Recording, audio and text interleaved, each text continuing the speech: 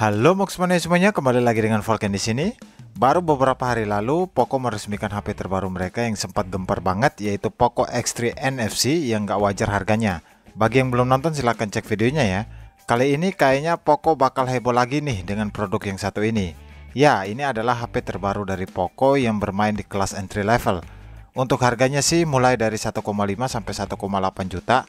Kenapa dibilang heboh? Karena kita tahu lah ya, kehadiran Poco dari seri F-nya hingga sekarang emang selalu menjadi smartphone killer di semua lini. Hadir dengan tagline-nya itu The Game Changer, Poco C3 ini bisa dibilang cukup mumpuni dari sektor performa gaming dengan harga yang cukup terjangkau. Dengan membawa desain yang kali ini unik dan tren anak muda banget yang mempunyai warna two tone yang terpisah gini dengan motif ala-ala karbon yang terkesan lebih racing pole dengan finishing doff yang lebih mantap abis. Untuk bahannya sih jelas masih polikarbonat yang kental banget. Bodinya ini compact di tangan dan pas banget kalau dikantongin. Dan dari housing kameranya ini bentuknya yang mengotak tapi ukurannya itu imut abis. Dan terdapat triple lensa di dalamnya, yaitu ada 13 megapiksel lensa utama, 2 megapiksel lensa portrait, dan 2 megapiksel lagi lensa makro, serta ditemani LED flash. Untuk hasil gambarnya seperti ini.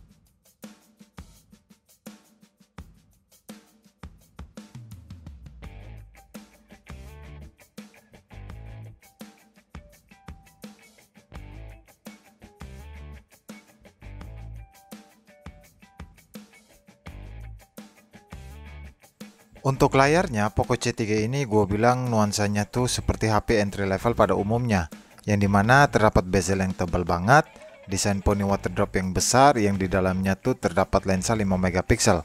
Untuk layarnya ini berukuran 6,53 inci, yang beresolusi cuma HD Plus dengan aspek rasio 20:9, yang menggunakan panel IPS LCD, dan sudah dilindungi dari Panda Glass. Untuk kualitas dari layarnya ini sih gue bilang sama aja dengan panel IPS lainnya, yang dimana warna dan kualitas gambarnya itu masih memadai untuk keperluan nonton film maupun gaming. Tapi layarnya ini punya tingkat kecerahan yang cukup tinggi juga, yaitu 400 nits, yang dimana kalau dipakai di bawah matahari masih bisa dilihat. Overall untuk layarnya ini udah konvensional banget di dunia smartphone, jadi menurut saya nggak pengeluhan tentang layarnya ini. Ini sih kembali lagi di harga yang ditawarkan ya.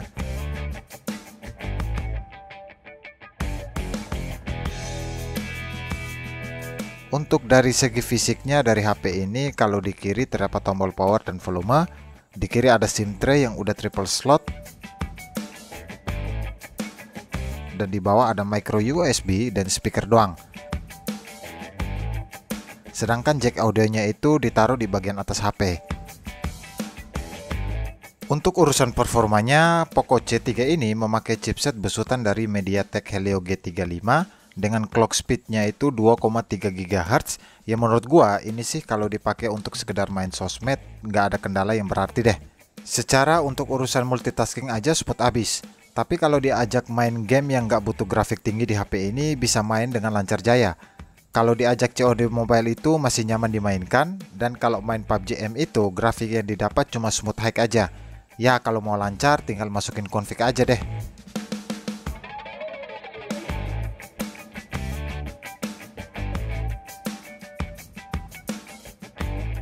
Skor Antutu yang didapat di kisaran 98 ribuan, dan untuk menunjang keseharian Poco C3 ini memberikan dua varian memori yang bisa dipilih, yaitu ada RAM 3GB internal 32 dan RAM 4GB internal 64 dengan tipe LPDDR4X.